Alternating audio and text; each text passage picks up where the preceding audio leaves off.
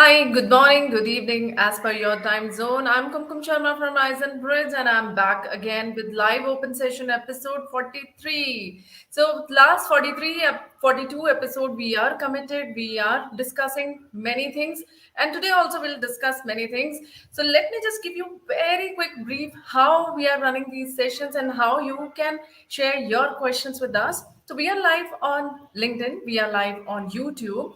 You can drop your questions in the comment box and I'll add your questions and Saket will answer your questions.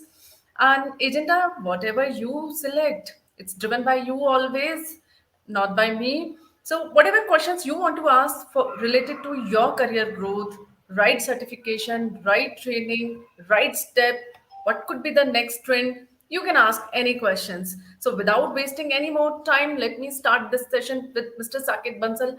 Hi Saket, thank you very much joining me again. Hello. So Saket, tell me how we are going to start today's session. So, as usual, we wait for the questions to come and we start.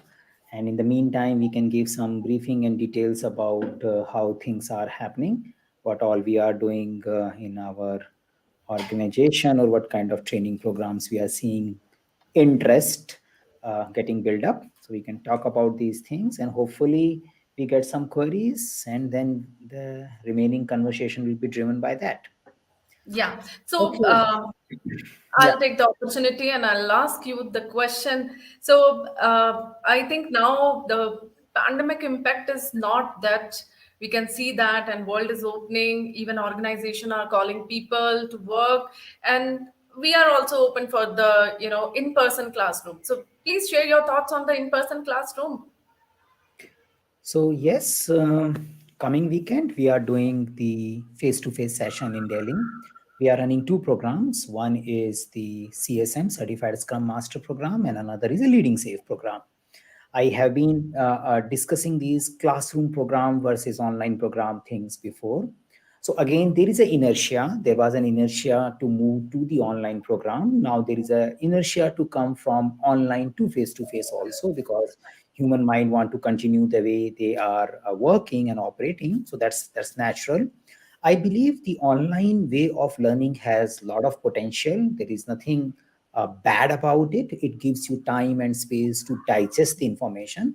At the same time, there are some fundamental or initial programs which might be learned better in the classroom format, especially things like Scrum Alliance, CSM program, or Leading Safe program, which is a starting program for Safe. They, if get an opportunity, may give you a little advantage, especially for Certified Scrum Master program, because many times people want to just get started with Scrum. So if you have an opportunity and you have time, I know the world has changed, so your schedule might have also changed, your logistic equation might have also changed, but whoever can manage it probably want to explore the face-to-face option as well. Definitely, we do have an online option always available. One can definitely do the live virtual class for Certified Scrum Master, which is happening tomorrow.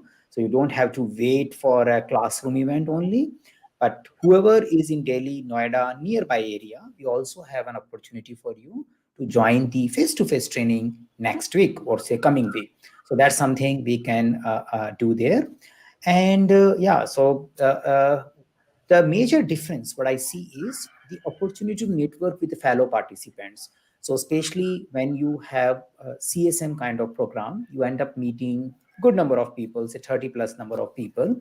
Many of them might be going through the similar journey as you are going through, might be exploring new jobs or something. And if you connect with those participants well, it creates a future investment for you, future network for you. So that's a added advantage than learning. Rest, yes, even in the face-to-face space, we have a live or online programs which you can and say explore after attending the certified Scrum Master class. We have good amount of videos to help you out once you are done with your face-to-face session as well. Recently, I was going through our reviews on Trustpilot. I also noticed that many people are finding a good value in our video programs. So like I understand many of you who are our customer might be here to think about or ask things about next certification. I would like to remind you that with your certified Scrum Master program, you get one online program called Mastering Agile. This program has a good amount of video content talking about Scrum, Kanban, generic Agile in a project context. So you may want to make sure that you have an access to it. If you have any difficulty, connect back with us. And if you make use of that content, that can give you a good career advantage in a learning Scrum. Yeah, so please try to make use of that particular program, which you can find out in your space. So I see some of you are here. Hi RK, hi Shilpa. Welcome to the session. And if any of you have a question, please drop it in the content area or that comment area, wherever you can see, and that will reach us and we'll talk about your queries as well. So reminder again, please make use of our Mastering Agile program. That's a useful thing, and people who are making use of it, basically they are getting good benefit in the interview process, because many times when you go for Scrum Master interview, just answer coming out of theory may not work. You may need to figure out things beyond that. Yeah, so please make use of it. Good. So I wait for the queries coming in. I see some question is coming related to conflict management. I wait for the question to come. And I see some of you others also participating and coming here. So welcome to the session. And we start taking your queries here. So put your question related to conflict management, we'll explore. Yeah, we can see if there is something I can help with. In the meantime, I just let you know that tomorrow we are doing few classroom virtual programs as well. We are doing Leading Safe. We are doing Certified Scrum Master program. In the coming week, we also have coaching in Agile transition. So that's also a program is there. So CAT program is IC Agile CAT program also happening next week. We are also planning to do a Safe Scrum Master this week. Yeah, so we have a Certified Scrum Master, we have a Safe Scrum Master, and we have a Leading Safe program, which is finishing. Yeah, it's a final part of it. And then we are also starting PMP certification program this weekend. This Saturday means tomorrow. So in case some of you are interested in exploring PMP or anything out of it, feel free to join our program. You can find the details on our website. So question related to conflict management, let's see what is that question. Put it some detail, then I will probably pick up. Okay, we have a question. Which certification to pick up in Excel in Agile after doing Certified Scrum Master and Certified Scrum Product Owner? So I am assuming the person has done both. So person has been through CSM program. The Certified Scrum Master program has helped you in understanding how Scrum operates, and you also explored a little bit more detail about the Scrum Master profile. You got a little more curious, and then you went ahead and did Certified Scrum Product Owner also. So you understand the role of product owner well, and that helps you in mentoring, coaching the product owners. Great. Now, what do I do next? This is something which depends upon what I want to do next in my role, in my career. Say, if I just want to focus on working in a product organization and improving my Scrum skills, then you may want to take forward the path made by Scrum Alliance, like Advanced Scrum Master or the later on CSPSM, Certified Scrum Professional Scrum Master. So that's a path which is made by Scrum Alliance. But if you're working in the environment where you may end up working with different flavors, yeah, not necessarily just Scrum way of working, and you may want to focus on mentoring, coaching people for the Agile way of working in a variety of frameworks. You want to get into a coaching kind of roles. Then you may want to focus on IC Agile ACC program. So you can take that direction forward. So next you will figure out. So I think first you pick up the just next, probably the ACSM if you want to take a Scrum forward, or the Agile coaching program, ICP ACC. Now, the third possibility is if you see in your organization, the conversation is happening around safe way of working or a scaled Agile way of working, which is highly likelihood if your organization is big or a financial institution, or you aspire to get into the organization where product get made with the help of 100 plus people putting their effort together, like large, big teams working together for the common product.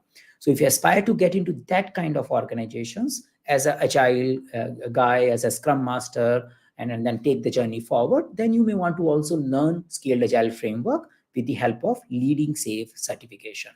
So I am already done with 3 talking: ACSM, IC Agile ACC, the leading safe from scaled agile.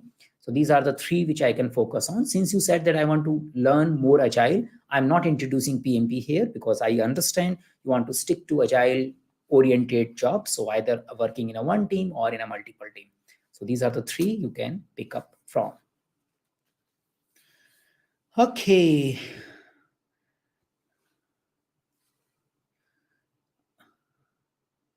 Okay, so one of the participant is sharing that he has done Agile Coach from us only, and it helped him in getting into a better Agile transformation space, and he is working in a product organization. So thank you for sharing. I think it will help the other questionnaire in getting the answer.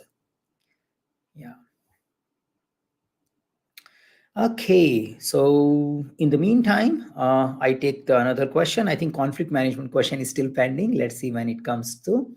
So what are some of the key things I need to focus to be an agile coach? What are where my organization is moving more agile and towards safe?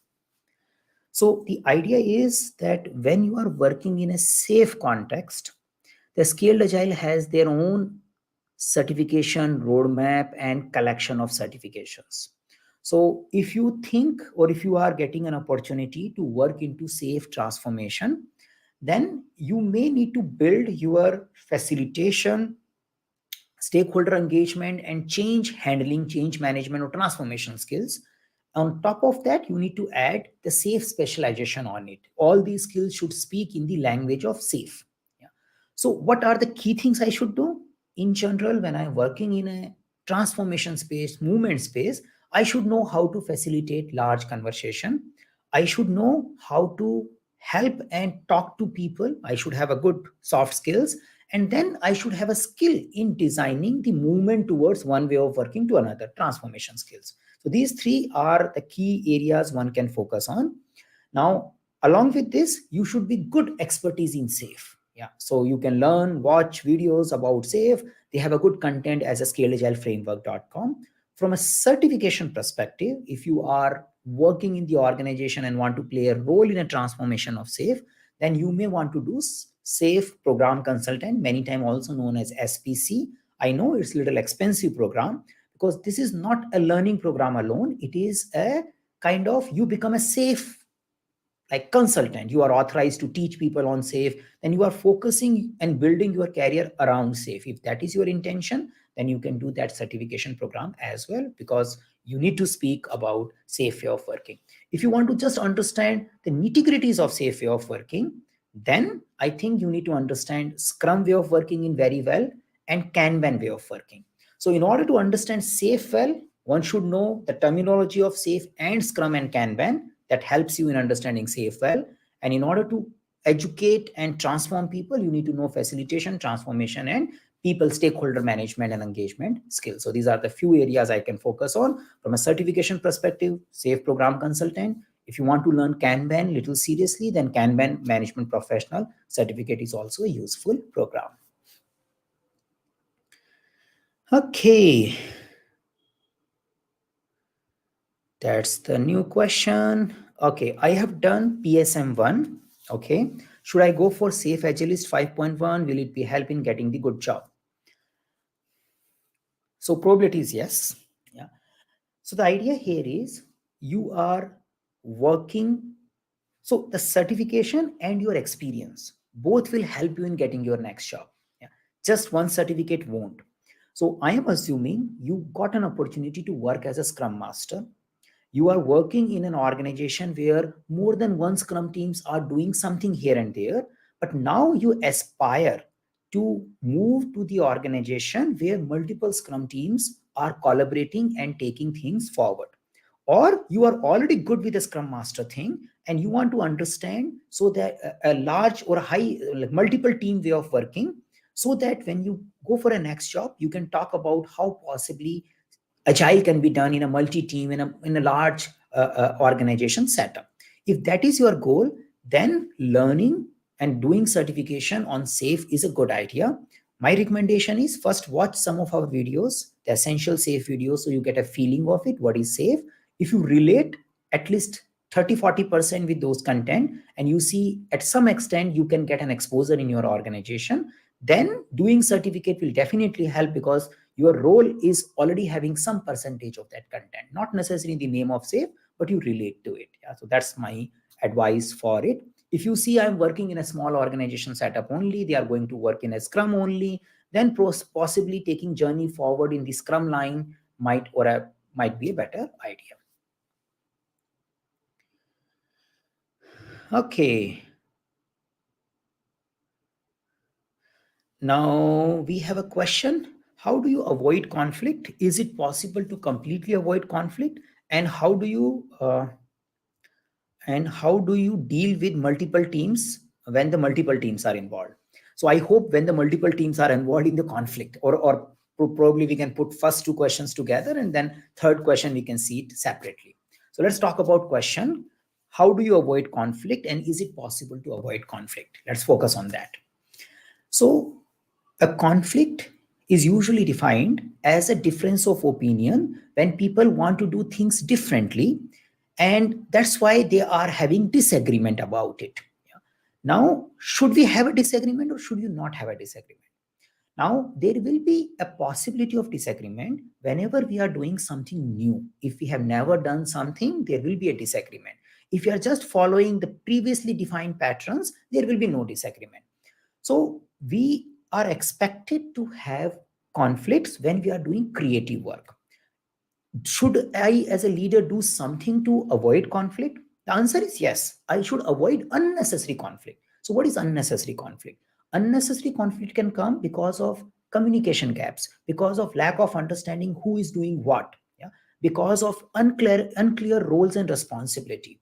So, I definitely want to make sure that unnecessary conflicts are not coming. And how do I do that? By way of running my daily Scrum well, by way of having proper visualization of what is working, what is not working, by way of having clear understanding of definition of done. We have a clear understanding in the form of how do we operate team charter, retrospective meetings. So these things help me in taking care of conflicts which are coming because of communication gaps and role and responsibility related issues. But when we are designing a solution, one person wants to have a approach A, another person believes the approach B is good, that's expected to be a healthy conflict. So yes, we should avoid unnecessary conflict, and we should promote healthy conflict, because only by doing healthy conflicts, only by challenging each other, we can find creative solutions. And in order to have a healthy solution conflict constructive manner, I need to create a team where the trust and openness exist, so that you can also come and go and tell someone that if something is not working out, you can give a feedback, and you don't worry that how the person will take the feedback, because both of you are focusing on doing good job for your clients. Yeah, so that's first opinion about your how to avoid conflict. We spoke about some of the communication and other stuff, and then how to have a healthy conflict and how to take care of healthy conflict by way of building trust and openness in the team. Now, how do you deal with multiple teams? Scaled Agile framework, as we were speaking before, gives you one of the possible approach, which is the most popular approach also, because many organizations are adapting to it based on various surveys we are getting. So again, I'm not saying it's the only approach, but it's one of the popular approach. So I recommend you check some of the content around Scaled Agile framework. If you want to formally understand it, you can also explore doing Leading Safe program with us. Yeah, so that's a possibility there. Okay.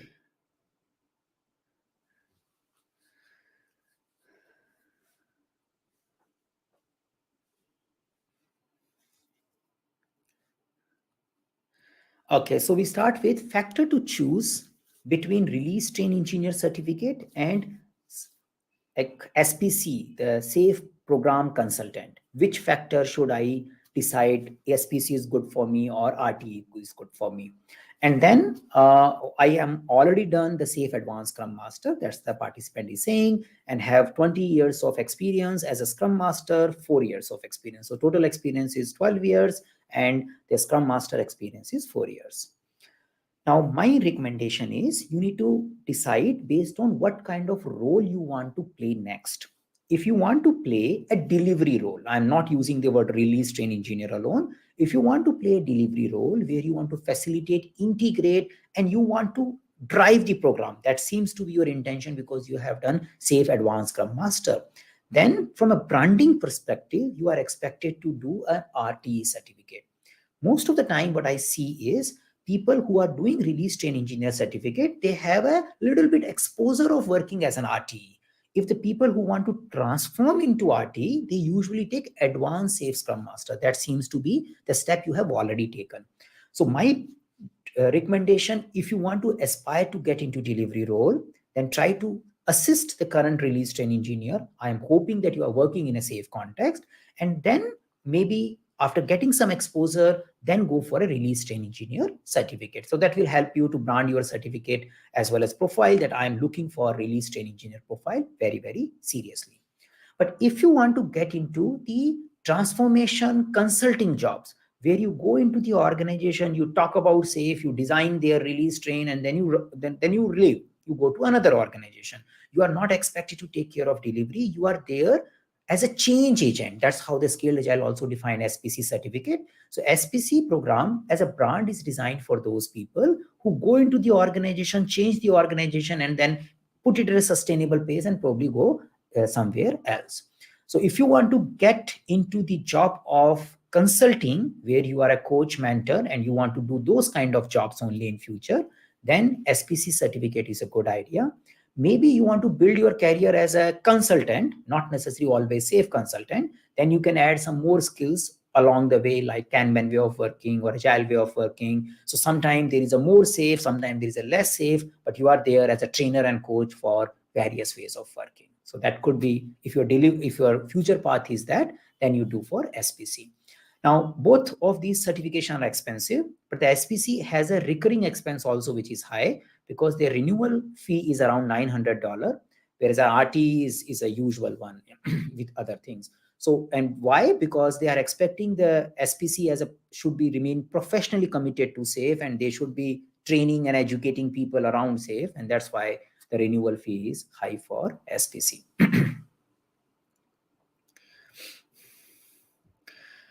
Okay.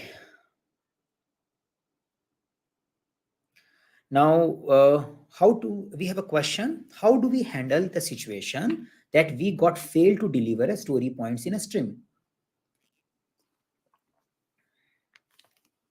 So, what is the meaning of a failure?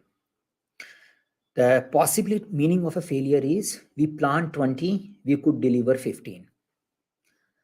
Is it a failure? What if you have planned 15 and delivered 15? Would it be called success? Or it depends.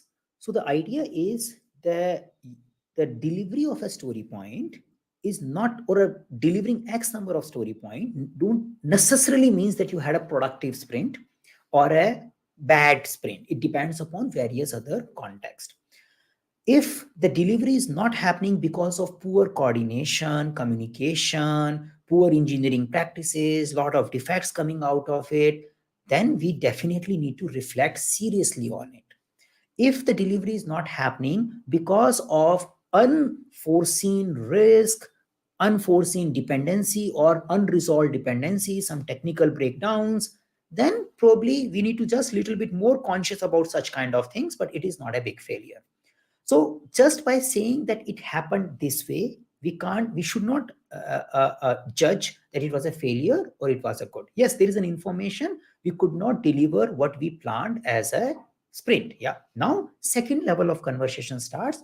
What was the reason and how can we overcome that? As agile way of working, we want to focus more on how to overcome with it.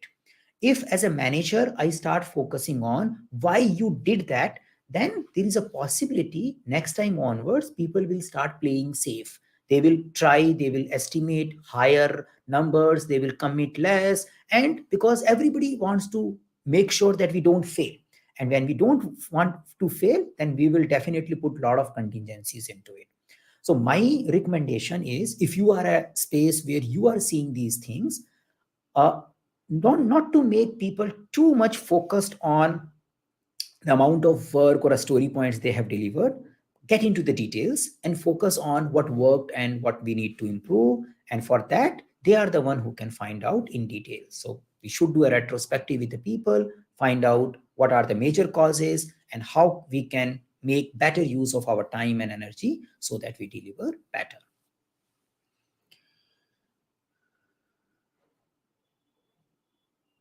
How to make a difference between risk and assumption? Okay, both are interrelated. Yeah, assumption going wrong is a risk. That's it. So you assume you will go office tomorrow at 9 a.m. Yeah, that's an assumption. Or you assume that some person will come at 9 a.m. to meet you. That's an assumption. Yeah, the person has committed, and you assume that he will meet his commitments, and the person is not coming. Yeah, he's not showing up.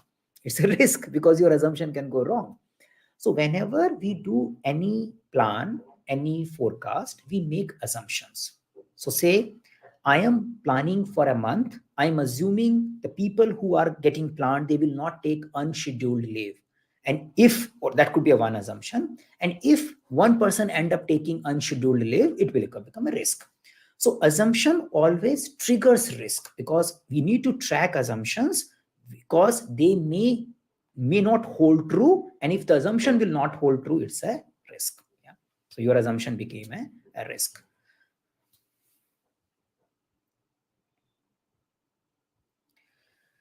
Okay, so I'm going to start my first Scrum Master role. Could you please give me some guidance to get successful in my first assignment? I'm moving into Scrum Master from test lead role. Yeah. Okay, so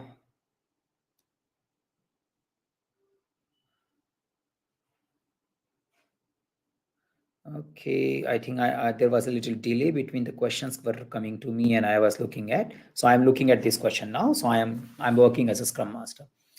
So whenever I am entering into the new organization, yeah, irrespective of role like Scrum Master or project manager or whatever, how I should design my first 10 days, 15 days, 1 month, so that I enter or assimilate good in the new system. That seems to be a good concern area for anyone.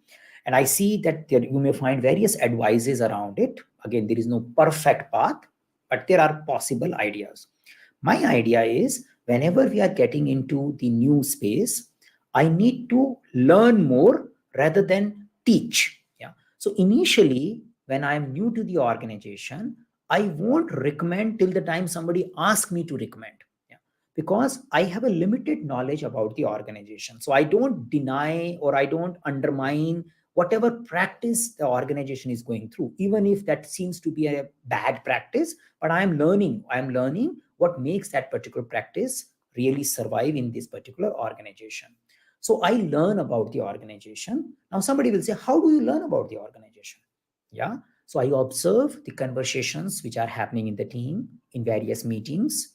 I observe the various issues or defects or whatever is there in the system. I observe them. I learn about them. I also learn about the products and stakeholders. I probably do my best to understand the backlog, what all stories are there. I also go and see the demo of the product which has been given last time. I should be seeing the working software as well along with the backlog. So once, by investing time into the working software, by investing time into the data of product backlog and issues and impediments, I get a good sense of information. And then the second source is people. So I observe, I interact, and try to make relationship and trust with the people so that I start understanding them. Now, does it mean that I don't do anything? I just do observation only? May not be.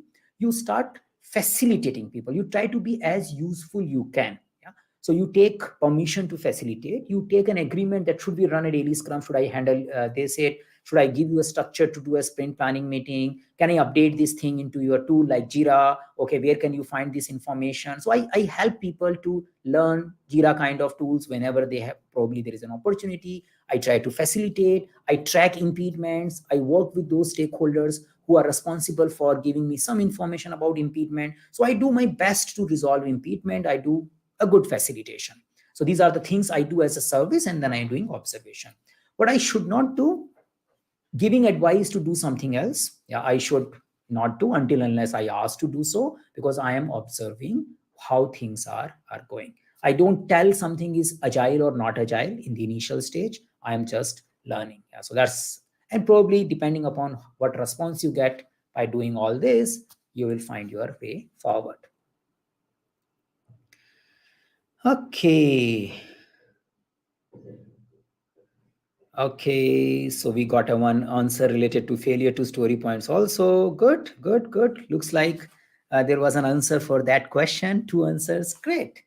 So if I understand it right, I am done with all the questions which are posted here, and Anil has shared some inputs related to failure to deliver story points. Interesting one. Please read. Yeah, guys, please read the others' questions as well and comments as well. Yeah, that's a good way to interact here.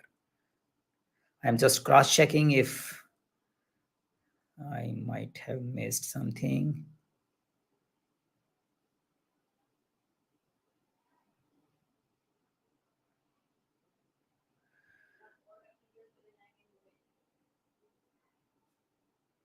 Okay, so this all is done. Good, so I take a pause and see if we have another set of questions coming in. The process of putting question is pretty simple. You just need to type it, put it wherever you are watching it. I think we are getting mostly on YouTube. And not, but LinkedIn is working because Kumkum has tested it. That's a thing. But yes, we do have a YouTube space where one can get a question. Okay, there is a question coming in. What are the factors to consider when sizing for requirement? My team always bring a constant as a reason, which is not that actual effort to develop. Okay, as a reason which is not their actual effort to the people develop. Please advise. Okay, so the constraint having relationship with the effort estimate may not necessarily be true, but needs to be taken care when you have a planning. Yeah, so it's like this. I need to fix a truck. Yeah, and it just required me a 15 minutes to fix the truck, but I need a part, but that part can only come after 10 days. Now, should I tell this is my 10 days job, or should I tell this is my 15 minutes job? Yeah. So now how should we put it?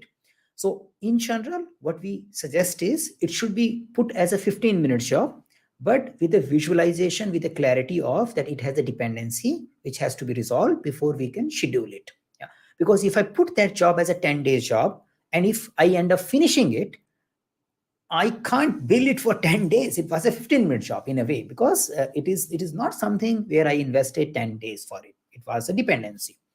So when we are focusing on estimation or sizing of the work, we need to see what would we like to drive from the sizing. Usually the objective of sizing is to find out what kind of capacity or a velocity we need to get something. So if the sizing is used to predict how much we can do at some correlationship level in an upcoming time, it is also used to predict how long it will take to finish the work. And if the dependency is there, then it makes a sense, because how long the dependency plays a role.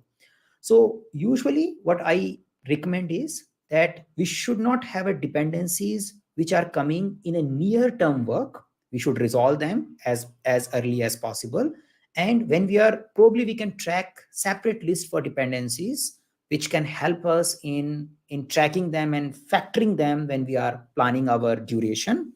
But in order to do our capacity planning, we better keep the focus on more complexity, volume of work, effort of work, and some amount of risk and uncertainty. That kind of factor should be used. Now, official statement, as you see about planning poker and all, you see these four words. You see a volume of work, complexity of work, the effort of work and the knowledge and uncertainty associated with the work. That's all should be considered while we are doing estimation for work.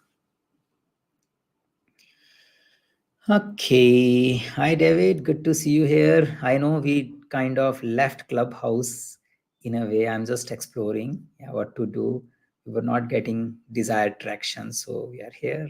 Good you came here.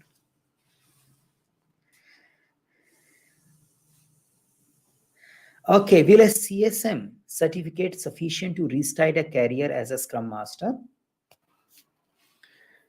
So certified Scrum Master program definitely show that you want to restart your career. Yeah. But just doing that, will it restart the career? Not necessary. But it definitely is a one step you are taking to restart your career. Now you may need to take few more steps to restart your career, but this is definitely a one step, but not the final step. Why? Because why it is a one step? Because you end up knowing what is happening in the industry now. You end up knowing what is the expectation from the Scrum Master. You end up refreshing the way of working which is happening or which is common in today's world. Why it is not sufficient? Because along with the knowledge, because in the certification you get a knowledge, the recruiter may also want to see a skills in you. Can you do it? Yeah, you know what is daily Scrum. Can you run a daily Scrum? You know what is servant leadership. Can you really act as a servant leader? So they may want to see a skills also. So whenever we go for a job, we get recruited because we have a skills to do things rather than we know how things should be done. Yeah. That's anyone can tell. So after knowledge, I need to build skill. The certified Scrum Master program helps me in refreshing my knowledge. I need to find opportunities and means and ways to get an opportunity to get started with my knowledge, skill building exercise. Now, sometime because of my knowledge, some organization may want to take a chance on me. There is a possibility, and they will say, okay, guys, I will help you in building the skills. You may want to join it with some commitments, and you see that, okay, how you build your skills to take it forward. So show some commitment towards building skills as well. That will help you to take it forward. Now, how do you build a skill? By taking a job. If that is not possible, by doing some skill building programs. So say I am done with the certified Scrum Master, but I am learning facilitation. I'm practicing facilitation. So then you pick up a one branch, you got detail into it with the help of certification or other places. You try to see some volunteering opportunities where you can facilitate maybe some online events or face-to-face events. And by doing that, you can say, okay, I have a competency of facilitation as well.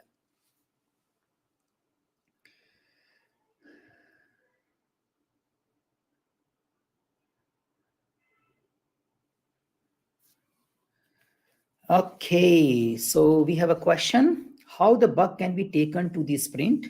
How to estimate the bug? How we can handle bug incident within a sprint by creating a user story or we don't know. It all depends upon what is your problem with the bugs. There are multiple possible ways of handling the bugs. Some organizations, some teams find it useful to have some capacity in their sprint reserved for handling such kind of issues and defects which are coming on ongoing basis. That's a one opportunity. Sometimes when you have a backlog of defects, then you definitely want to find out some mechanism to quantify that backlog, because you might be doing one work and adding 5 defects. Now, these 5 defects also will consume some energy. So in case the defects are becoming an issue for managing their size and capacity and projection, those kind of organizations start estimating defects. Now, defects may not necessarily done in the form of a planning poker or all. You may have some mechanism that you may start allocating half point to say simple complexity defect and a 1 point to a more complexity defect. You may have some standards, and that standards can help you putting half, 1 or 2 or 1.5 numbers to the defects, but that helps you in quantifying, because it should not happen you have 100 defects but nobody understands you have a 100-point work pending to be finished. So if you have accumulated defects, you might find value in sizing them. That will help you in planning the capacity, because you can identify how many story points of work you are planning for a given defects, a set of defects. Or you may reserve a capacity. You can say For an ongoing work, for a new work, we only plan 70%. For remaining 30%, we remain open because we expect the 30% kind of defects will come there. Yeah. So now, if you are in an ongoing sprint, still you are getting an incident, and if you have reserved capacity 30% for it, you can definitely take care from there as well. Yeah, that's a second possibility. Third possibility, which is more or less equivalent to second only, you have a few people dedicated to do the bug work only. You can say these are the firefighters for this month. This guy is a firefighter. He's only working on defects. And then you can indirectly is also reducing the capacity from the sprint because you are not including that guy in the any estimation process, and that helps you in doing things forward. So try to find out what is the problem and what are we trying to solve, and possibly these three approach or something new which you can brainstorm in your team can help you in moving forward.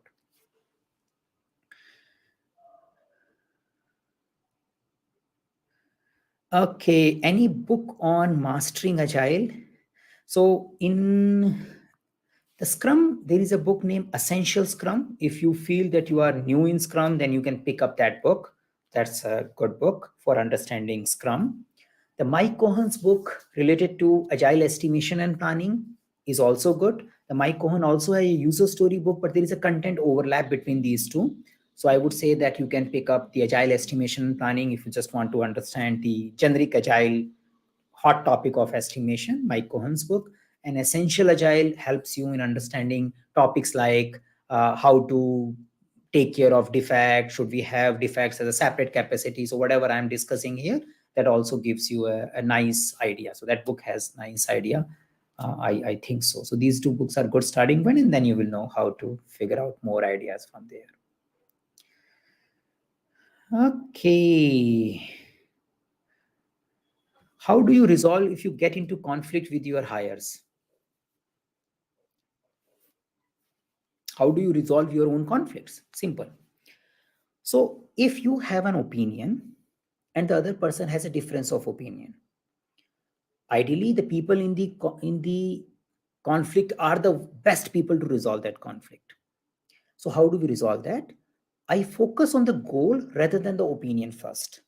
So in a general word, we use a word collaboration in a PMP terminology, problem solving and all. So rather than focusing on my opinion on your opinion, we try to have an agreement. So we work on creating an agreement on what would we like to achieve here. What is our goal? Why I am suggesting something and why you are suggesting something else. So I work with my stakeholder to find out the common goal and understand the person's perspective for achieving that goal. So if I am responsible, especially if my senior and I have a conflict, and I think I am the one who will get negative if the conflict is not resolved, I will do all the effort to understand my senior person's view about that area. So I will get in his shoe or her shoe and try to understand what makes the person say something, what makes the person recommend something. Once I understand, I listen to them in a simple word and I empathize with them. And then I understand that their goal and my goal, and I work to find out the common platform where both of our goals are matching. Then I clarify why possibly I was thinking that this way of working or this way of doing will help you in achieving your goal. So you don't have anything specifically for you. You are doing it for your clients, you are doing it for your projects, you are doing it for your organization. You don't have any personal thing in the conflict space. So you make it clear why you were thinking that this particular thing will benefit the organization. You might be wrong, and you can acknowledge, looks like after listening to you, after empathizing with you, I got a better idea. Then I agree to you. Or maybe by listening to the person, by understanding their perspective, you find out the lack in their logic or their thought process, and you expose that particular assumption that you are assuming this, and this is why you are concluding something else. I give you a fact around that, and probably that can help the person to see it, because the person also see that you have invested in understanding their problem. Yeah. So I connect, I listen, I keep my emotions aside, I focus on the facts, I focus on the goal. That helps, yeah, most of the time. Oh, I currently have SSM, currently seeking PSM. Also, I have many security plus certificates. Yeah. So I think we have been discussing in our clubhouse as well. So Yeah, the thing you want to take forward. I guess that's the thing. And as we discussed that time, the PMP might look good for you. Yeah, because you have a diversified background, and if you want to play a project kind of role, that will be a good thing to do.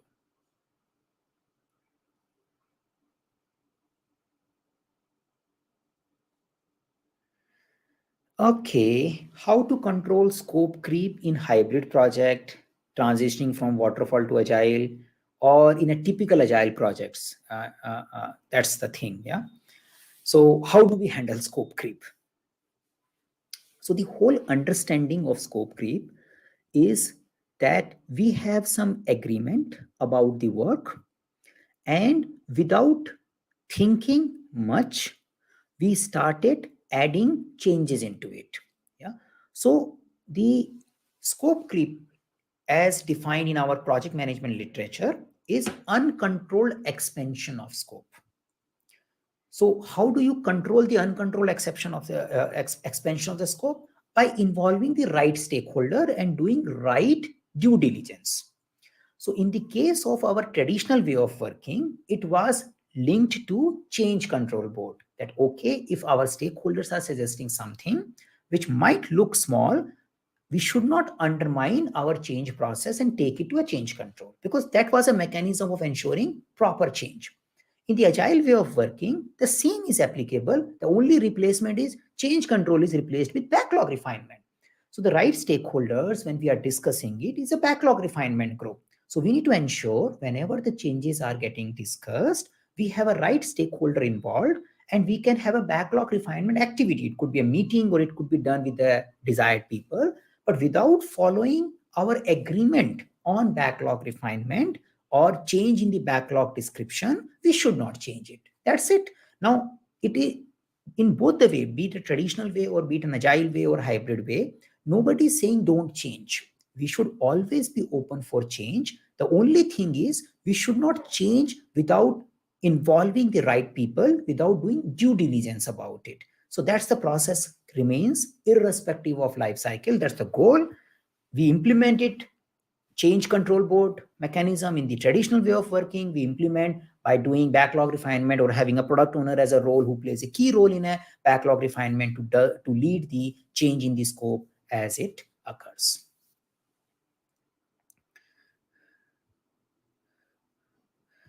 So how to educate next level managers about roles and responsibility of Scrum Master? They are treating me as a responsible for delivery and shouting and all those things.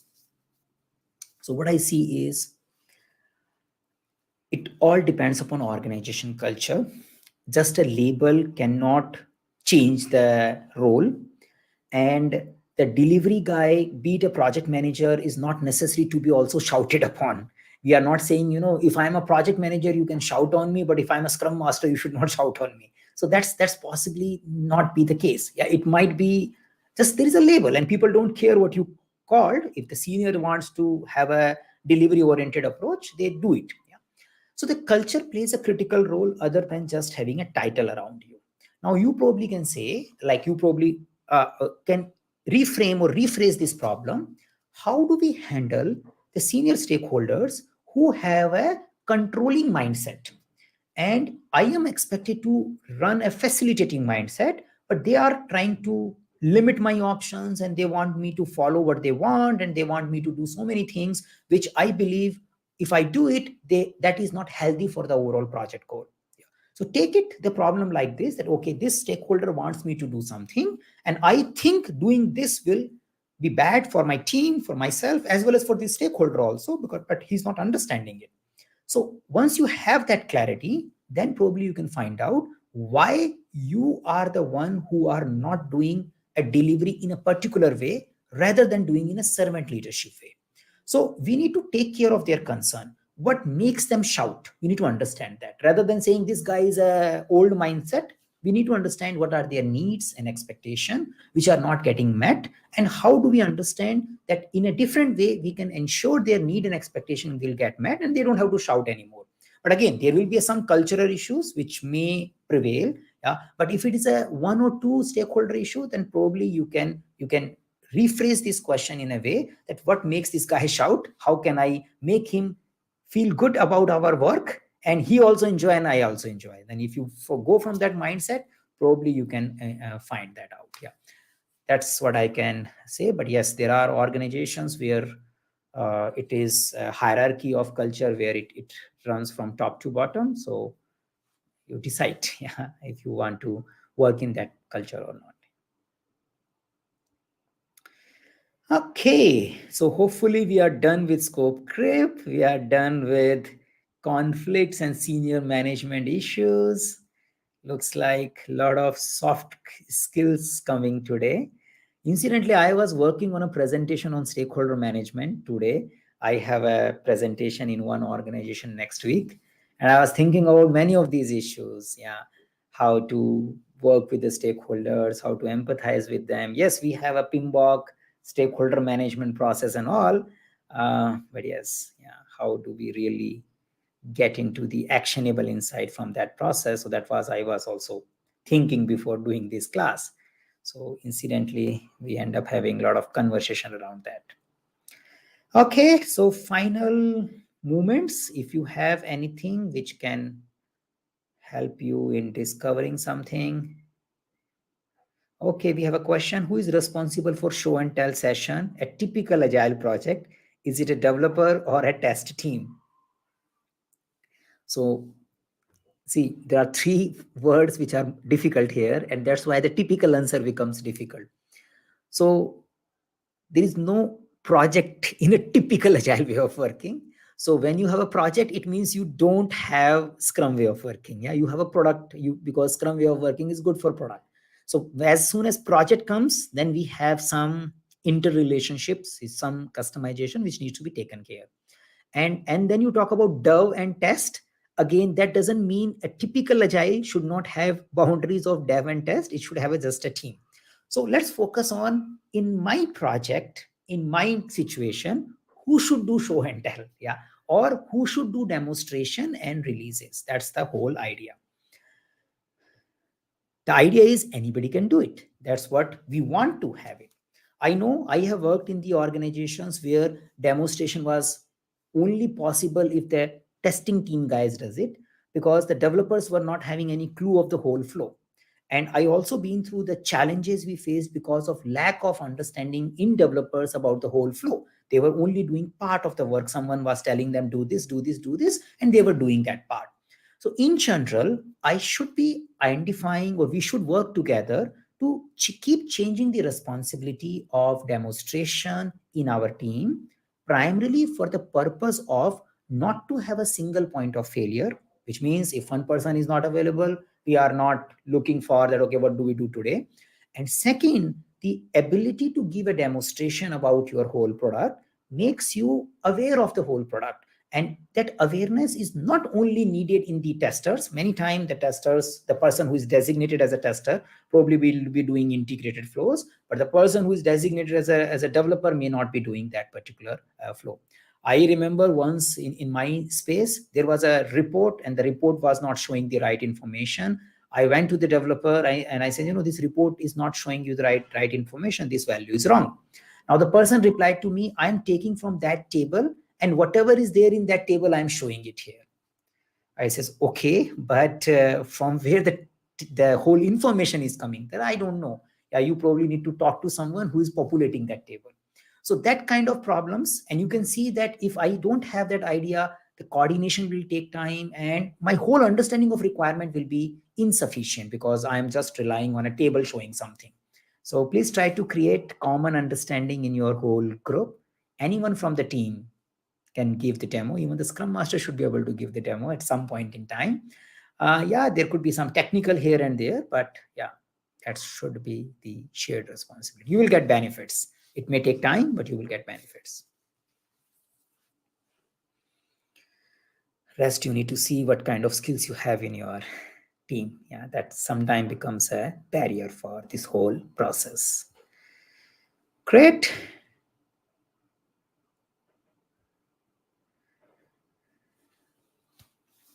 Good. So looks like we can conclude. Yeah. Yeah, we can conclude. So, guys, we are in last 5 minutes. If you have any follow-up questions, just you can drop your questions, follow-up questions, and we'll try to answer.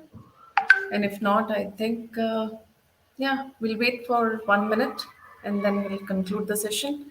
And yeah, don't forget to, remember about the our city event. So we are starting the Delhi events. So we have CSM and Leading Safe on the 19th and 20th of November. So Delhi NCR, be enthusiastic. If you want to meet Saket Bansal, Shekhar Bora, please go there, join them for the CSM. And we have the refresher course as well. So connect me. I'm very active on LinkedIn. If you want to know more about the what is the refresher program and how you can join the refresher programs, please do connect me, or you can drop your queries at sales@eisenbridge.com. So I think we don't have any follow-up questions. That's amazing Great, session, great, great. insightful. Great. So I just wanted to remind about the point refresher which we made here. Yeah, so we'll plan something in ahead of us soon, but as of now, we are experimenting Bangalore and Delhi. So for a Shekhar's class, even if you have done Scrum Master program from any other trainer, then also you can join for refresher. That's a possibility. For leading safe class, that option is only open for our clients, so that whoever has done leading safe from us as an Eisenbridge, they can do it as an experience of the classroom session again. Yeah, so these two are the possibilities. Yeah, we are doing it in Noida, and Delhi Noida is it's a kind of Crown Plaza which is on the border of both. It falls under Delhi though, but it's very near to the Noida, Greater Noida, and well connected to metro. So even if you are in Gurgaon, you can just take the metro and you will just need a 1 minute walk to reach to the venue. It's very near to the metro station. So well connected. See you, some of you, and thank you for active participation today. Thank you very much. Bye, Thank you everyone. very much, guys, for asking wonderful questions. And we'll be back on the fourth Friday of the November month. So take care of yourself. Bye for now. Take care.